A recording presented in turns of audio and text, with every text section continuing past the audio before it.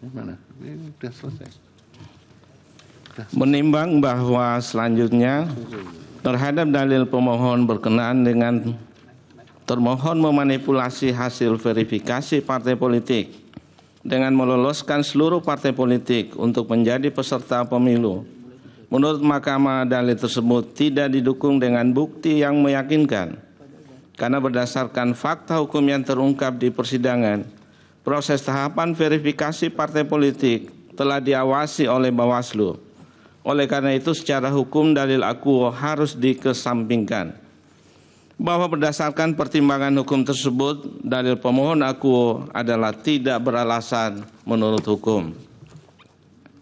Menimbang bahwa sebelum mempertimbangkan dalil pemohon mengenai bansos, terlebih dahulu Mahkamah akan mempertimbangkan dalil-dalil lain yang antara lain terkait dengan keberpihakan lembaga kepresidenan dan nepotisme Presiden Joko Widodo kepada pasangan calon nomor urut 2 sebagai berikut.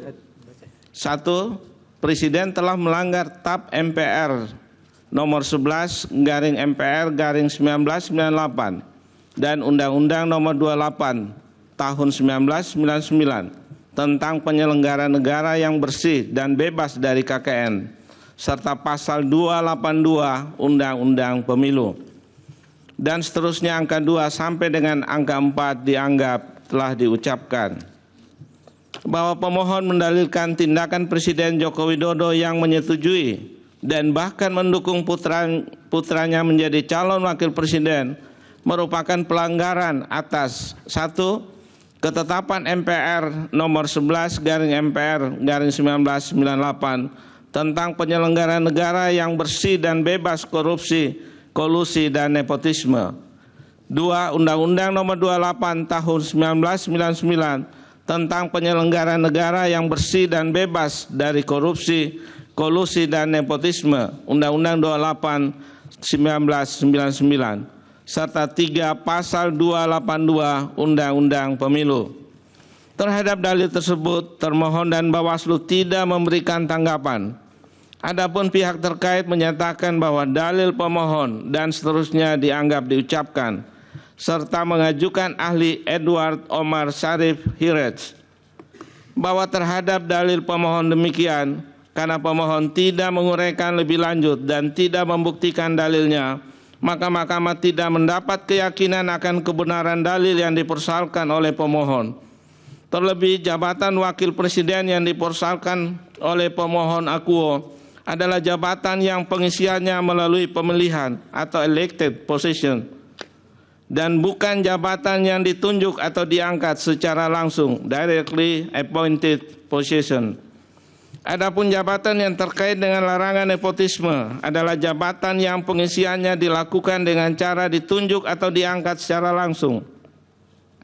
Artinya jabatan yang diisi melalui pemilihan umum tidak dapat dikualifikasi sebagai bentuk nepotisme.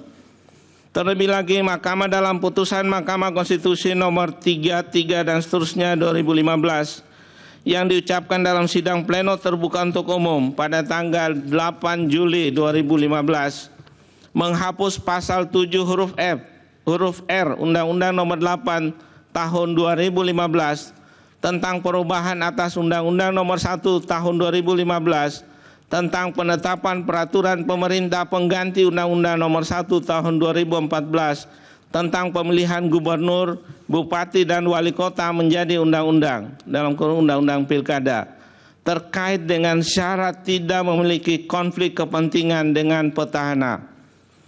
Meskipun putusan tersebut terkait dengan pengisian pencalonan kepala daerah, namun dengan telah dipersamakan antara rejim pemilihan kepala daerah dengan pemilihan umum oleh Mahkamah, relevan untuk dijadikan substansi dalam menjawab dalil pemohon akuo. Di samping itu, terkait dengan ketentuan pasal 282 Undang-Undang Pemilu telah dicermati oleh Mahkamah tidak berkenaan dengan proses pencalonan yang berhubungan dengan adanya hubungan nepotisme. Jika yang dimaksudkan pemohon adalah ada kaitannya dengan kegiatan kampanye, telah ternyata undangan pertemuan Presiden dengan Ketua Umum Partai Politik pada tanggal 2 Mei 2023 dilakukan sebelum masa pencalonan atau masa kampanye. Bahwa berdasarkan uraian pertimbangan hukum tersebut, Mahkamah berpendapat dalil pemohon mengenai pelanggaran atas ketetapan MPR nomor 11/MPR/1998, Undang-Undang 28 tahun 1999 dan pasal 282 Undang-Undang Pemilu adalah tidak beralasan menurut hukum. Bahwa pemohon mendalilkan usulan perpanjangan masa jabatan dan pernyataan Presiden Jokowi yang akan ikut cawe-cawe dalam pemilu 2024 ketika bertemu dengan pimpinan redaksi sejumlah media serta konten kreator seperti Akbar Faisal, Helmi Yahya, dan Ari Putra di Istana pada Senin tanggal 29 Mei 2023. Pemohon mengajukan bukti P31 dan seterusnya dianggap diucapkan. Bahwa terhadap dalil pemohon demikian, termohon, pihak terkait dan Bawaslu tidak memberikan tanggapan. Bahwa setelah mencermati dalil dan alat bukti yang diajukan pemohon, Mahkamah menilai wacana perpanjangan masa jabatan Presiden memang menjadi salah satu background politik dalam kontestasi Pilpres 2024. Namun dari dalil dan bukti yang diajukan pemohon, Mahkamah tidak menemukan penjelasan dan bukti adanya korelasi langsung antara wacana perpanjangan masa jabatan demikian dengan hasil penghitungan suara dan atau kualitas Pilpres 2024. Bahwa dalil pemohon yang menyatakan bahwa kegiatan rencana perpanjangan masa jabatan Presiden menjadi 3 periode disikapi oleh Presiden dengan mendukung pencalonan salah satu pasangan calon peserta Pilpres yang diposisikan sebagai pengganti Presiden petahana. Jelajahi cara baru mendapatkan informasi. Download Metro TV Extend sekarang.